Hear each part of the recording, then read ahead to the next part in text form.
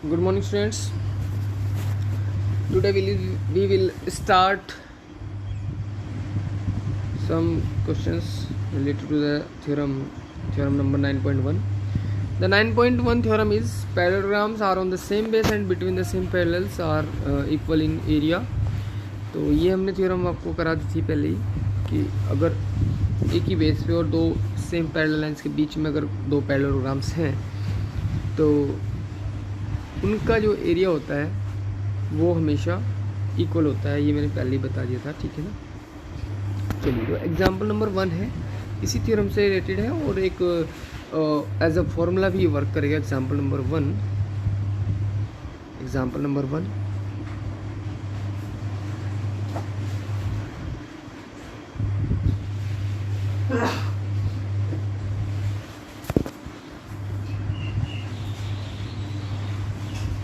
Example number 1 में लिखा हुआ इन द फिगर, एक फिगर गिवन है आपको और फिगर इस तरह से है।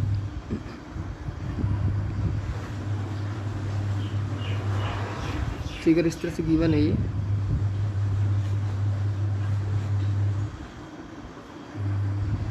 इस टाइप से फिगर गिवन है और लिखा हुआ है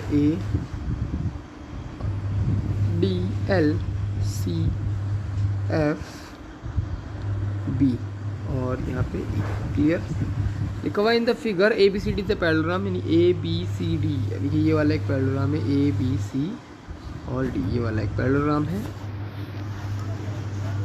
और EFCD इज अ रेक्टेंगल और EFCD है यहाँ से यहाँ तक EFCD, ठीक है। EFCD एक ट्राइंगल है, रेक्टेंगल है। Also AL is perpendicular to DC, AL जो है वो DC पे परपेंडिकुलर है, यानी कि यहाँ पे ये 90 डिग्री एंगल फॉर्म करती है। Prove that area of ABCD is equal to area of EFCD, तो दोनों का एरिया इक्वल होगा क्योंकि दोनों का सेम बेस है DC, बेस का नाम DC है और दोनों सेम पैरेलल लाइंस के बीच में है। पैरेलल लाइंस का नाम है EB एंड DC, ठीक है। तो एरिया तो आपस में इक्वल होगा ही होगा। उसके बाद ने कहा है प्रूफ करो कि ABCD जो हमारा पैरेललोग्राम है उसका एरिया DL इंटू AL है, ठीक है। तो सबसे लिखेंगे सिंस पैरेललोग्राम, या शॉर्टकट में लिखो मैं पैरेलल लाइंस खींच के GM लिख सकते हैं। Parallelogram ABCD and parallelogram EFCD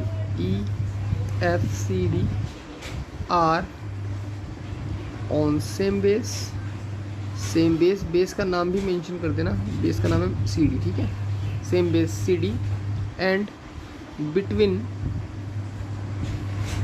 same parallel lines का नाम भी मेंशन कर देंगे, EB पैरेलल टू DC, ये मेंशन कर देंगे EB parallel to DC।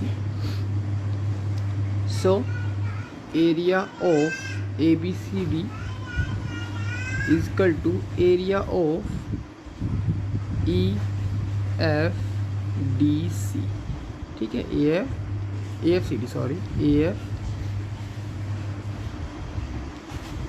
AFCD, ठीक है, AFCD का एरिया। तो ये हमारा फर्स्ट पॉइंट जो है यहाँ पे प्रूफ हो गया, ठीक है।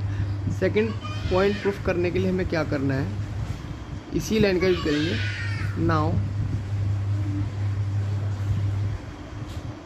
Area of ABCD is equal to area of ABCD किसके के लिए, EFCD के। EFCD क्या है, एक रेक्टेंगल है। रेक्टेंगल का जो एरिया होता है वो होता है लेंथ इंटू ब्रेथ। तो लेंथ जो है वो है इसकी DC इंटू और जो ब्रेथ है वो है इसकी DE ब्रेथ है इसकी, ठीक है ना। DE जो है उसकी ब्रेथ है, क्लियर। तो DC और DE दोनों की दोनों क्या होगी, हमारी ब्रेथ हो गई।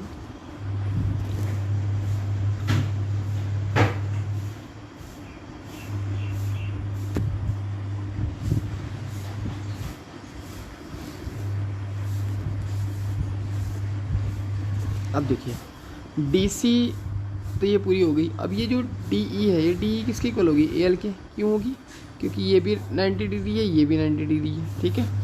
दोनों 90 डिग्री लिख देंगे सिंस, या चलो इस लाइन को भी रहने दो, इस लाइन को भी रहने दो, इसको इक्वेशन 1 मान के मैं छोड़ देता हूँ, ठीक है। अब लिखेंगे नाउ सबसे पहले हम दिखाएंगे कि ED जो है AL के इक्वल है। तो दिख ही रही है साफ साफ, बस प्रूफ करनी है। तो हम क्या करेंगे, EFCD का जो एरिया होगा वो लिख देंगे DC इंटू ED, और ED को लिख देंगे हम AL। ठीक है, बस ये प्रूफ हो जाएगा, ज़्यादा लंबी चौड़ी बात नहीं है। तो लिख देंगे now angle ALC is equal to 90 degree. क्यों है, ये गिवन है। ठीक है, and angle EDC is equal to 90 degree. क्यों है, क्योंकि रेक्टेंगल का एंगल है। ठीक है ना, इंटीरियर एंगल ऑफ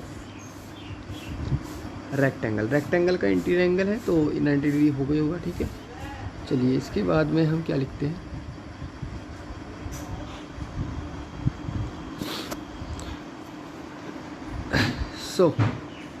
ये दोनों कैसे हुए, करस्पॉन्डिंग एंगल से करस्पॉन्डिंग एंगल है, तो ED जो है वो पैरेलल होगी किसके, AL के।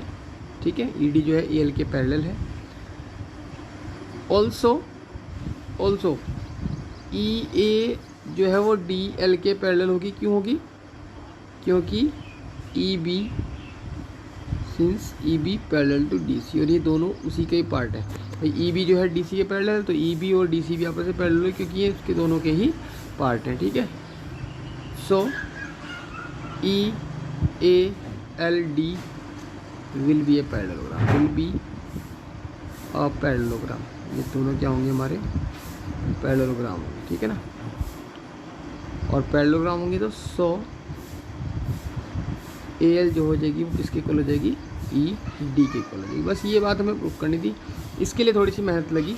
Now by from equation first and now from equation first area of ABCD is equal to area of किसका था, ये क्या था, EFCD का। ठीक है, और हम इसका लिख सकते हैं base into height, length into breadth, DC into ED, या लिख सकते हैं DC इंटू AL। ठीक है ना, इक्वेशन 2 मान लेना, लिख देना फ्रॉम सेकेंड इक्वेशन से। तो जो दोनों हमारे पार्ट थे वो हमने प्रूफ कर दिए। ठीक है, चलिए तो ये एक क्वेश्चन ही बन गया, एक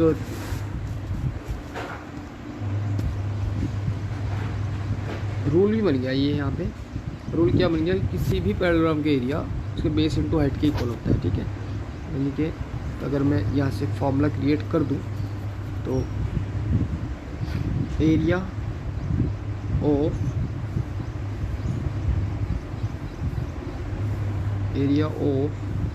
parallelogram is equal to base into perpendicular height, है ना, परपेंडिकुलर हाइट। तो ये फॉर्मूला बन गया। ठीक है, चलिए तो एग्जाम्पल नंबर 2 थ्योरेटिकल है, थोड़ा सा थ्योरेटिकल भी नहीं है, समझना है बस इसको भी, बहुत इजी क्वेश्चन है ये भी। एग्जाम्पल नंबर 2 क्या है, if A triangle and a parallelogram are on the same base and between the same parallels, then prove that the area of the triangle is equal to half of the area of the parallelogram। कह रहा है कि अगर एक triangle और parallelogram अगर same base और between same parallel lines हो तो उनके बीच में रिलेशन होगा, वो ये होगा कि ट्राइंगल का एरिया पैरेललोग्राम के एरिया के जस्ट हाफ होता है। तो बहुत ईजी है, सपोज दैट, मैं ऐसे ही समझा रहा हूँ तुम्हें, अपने आप कर देना। सपोज दैट ये मैंने एक बेस बना लिया, बेस का नाम रख देते हैं BC, सपोज दैट। ठीक है, और यहाँ से मैं एक ट्राइंगल बना रहा हूँ, ये एक ट्राइंगल है। ठीक है, ये एक ट्राइंगल है, मैंने एक ट्राइंगल बना दिया। ठीक है, इस ट्राइंगल का एरिया, अभी पैरेललोग्राम बना देता हूँ। अब सपोज दैट ये एक पैरेलल लाइन है और एक पैरेलल लाइन BC थी। ठीक है, इन दोनों पैरेलल लाइंस को टच करता हुआ एक पैरेललोग्राम भी है, ये है पैरेललोग्राम। ठीक है, ये पैरेललोग्राम है BC और ABCD, ये ABCD एक पैरेललोग्राम है, और PBC एक ट्राइंगल है। तो हम बताना कि ट्राइंगल का एरिया जो है इस पैरेललोग्राम के हाफ है। थोड़ी फिगर बड़ी हो गई, मैं थोड़ी छोटी फिगर बनाता हूँ दोबारा। This is the triangle and this is the parallelogram, ठीक है, ये वाला। तो ए बी सी डी, ठीक है, और ये पी बी सी एक ट्राइंगल है, ठीक है। तो हमें प्रूफ करना है कि area of P B C जो है, ये क्या करा मैंने, और फिगर कुछ गलत बनी,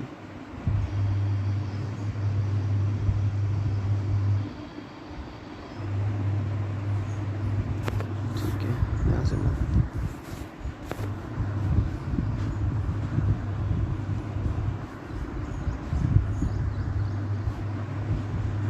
ठीक है, ये था A B C D P, ठीक है, ये वाली।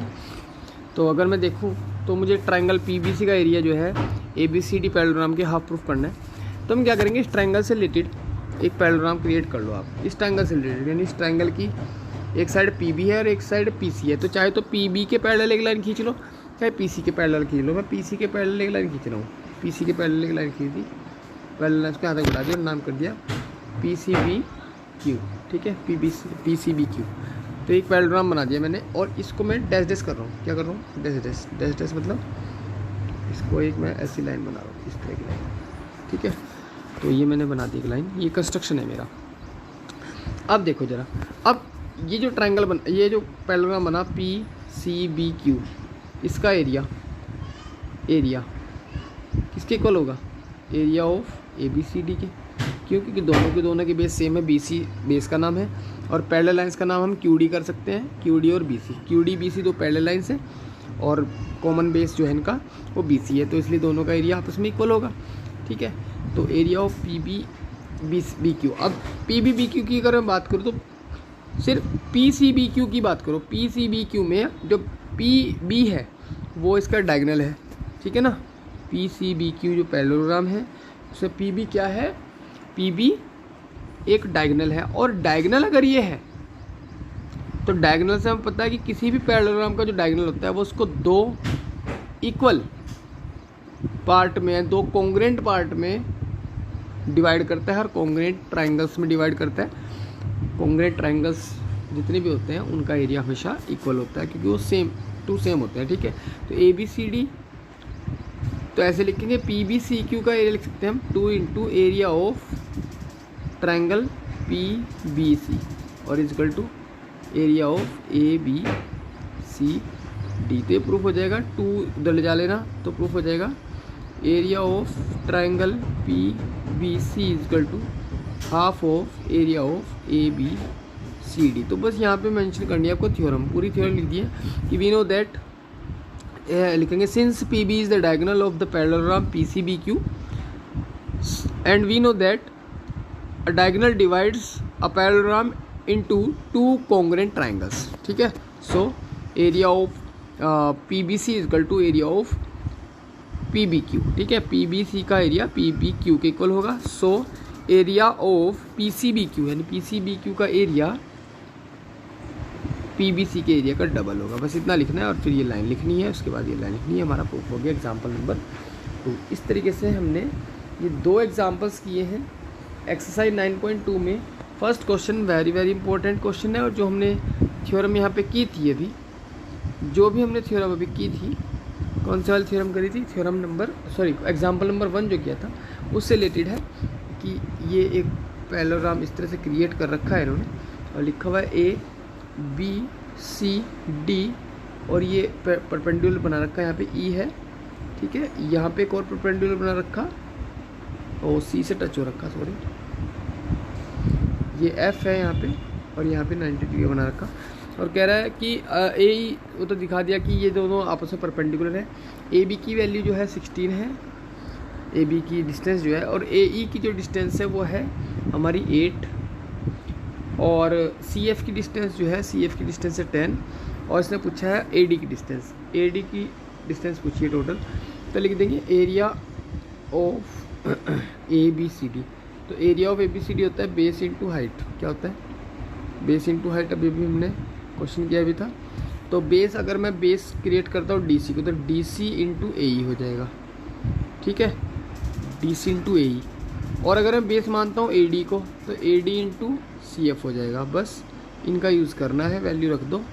डी सी की वैल्यू जो गिवन है वो है हमारी 16, क्योंकि डी सी ए बी के इक्वल है, और ए ई की जो वैल्यू है वो 8 है। अब ए डी की जो वैल्यू है, ए डी की वैल्यू हमें फाइंड करनी है, और सी एफ की जो वैल्यू है वो है 10। तो यहाँ पे ए डी की वैल्यू आ जाएगी, अगर मैं यहाँ पे ए डी की वैल्यू निकालता हूँ तो ए डी इजकल टू आ जाएगा 16 इंटू 8/10। सॉल्व करके देखोगे तो 12.8 सेंटीमीटर आ जाएगा। ठीक है, this is the answer, centimetre. चलिए, तो एग्ज़ाम क्वेश्चन नंबर फर्स्ट मैंने करा दिया। क्वेश्चन नंबर 1 बहुत ईजी क्वेश्चन था, मोस्ट इंपॉर्टेंट है, 1 और 2 मार्क्स में आ जाता है। ठीक है, तो इसी बेस पे आपको 1 2 3 4 5 तक कर रहे हैं, 6 मैं अपने आप करा दूंगा। सो आपको ये एक्सरसाइज आप 9.2 कंप्लीट करनी है। इसके बाद 9.3 एक्सरसाइज से पहले थ्योरम्स करेंगे नेक्स्ट लेक्चर में। Okay students.